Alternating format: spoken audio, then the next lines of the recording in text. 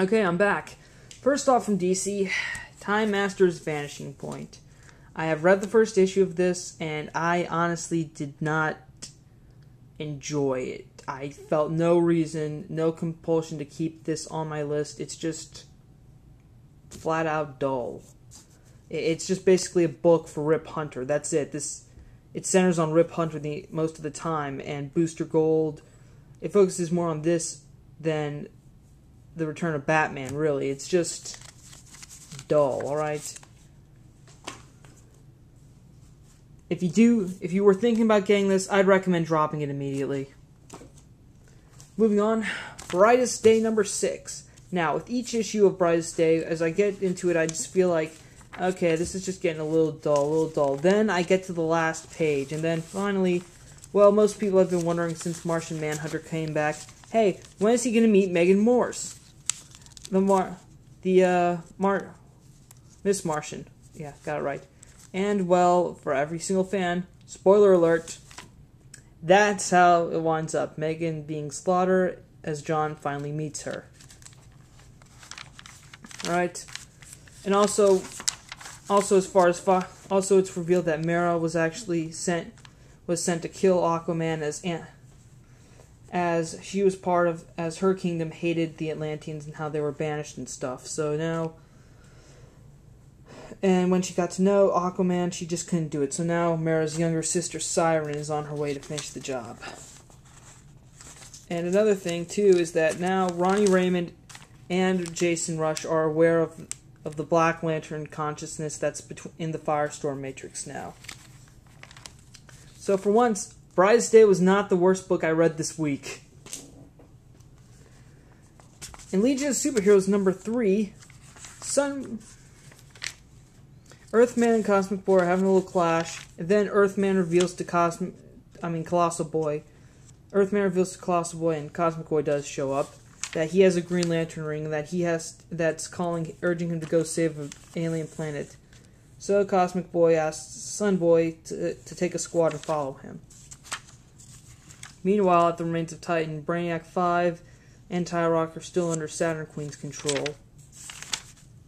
Irma and Garth are reunited. Irma, Lightning Lass, and Lightning Lad meet Saturn Girl, and they decide to help her. And Garth is able to figure out where the boys are from her memories, what she saw. Meanwhile, Earthman is still helping an alien world, but he thinks the earthquake's the problem, but it's not. He gets attacked by some huge swamp thing, and he tries to kill it, but the ring says that destruction of sentient life is forbidden. So Cosmic Boy helps him out by giving him some power, saves him,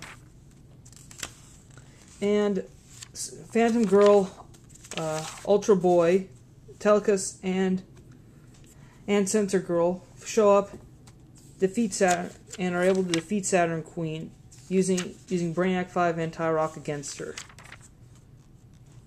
Another thing revealed: the Durlan ship that was near Titan as its destruction is apparently headed towards Earth so that they can take revenge in the name of R.J. Brand. And while Kirk and Earthman is telling the Legion about the Green Lantern ring, the ring eventually leads to them tells them that they can save the planet by changing the atmosphere, which by using Elements Lad's powers plus Earthman absorbing some of them, they are able to fix the problem. And Earthman decides that he's done with being a Green Lantern, takes the ring off and throws it in the swamp, where the little blue thing from issue 1 finds it. So now who's going to be the ring? We don't know. And towards the end of the story, Garth has figured out where his kids are. Avalon. Unfortunately, though, this is what they see when they get there, which means bad news.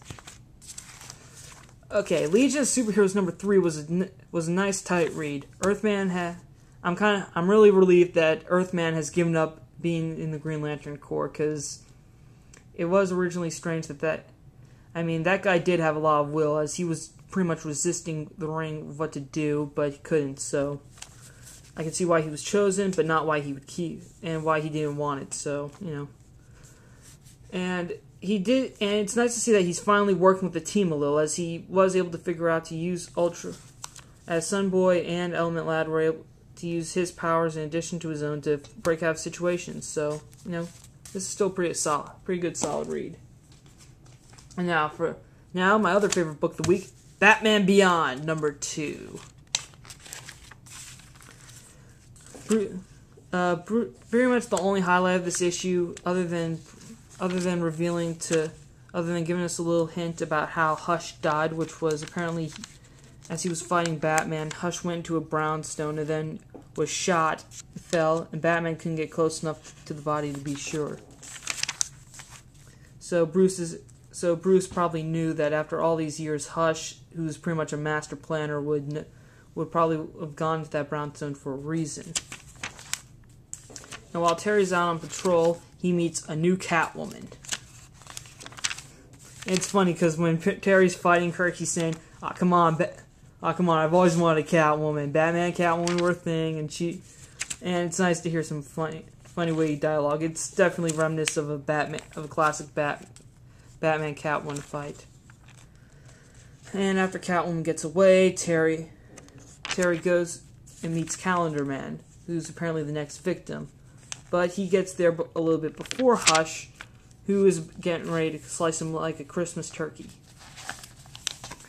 Okay, Batman Beyond #2 was another good, exciting read, and like Darkwing Duck, it is reminiscent of TV shows of my childhood, and I've enjoyed it. So so this is still a pretty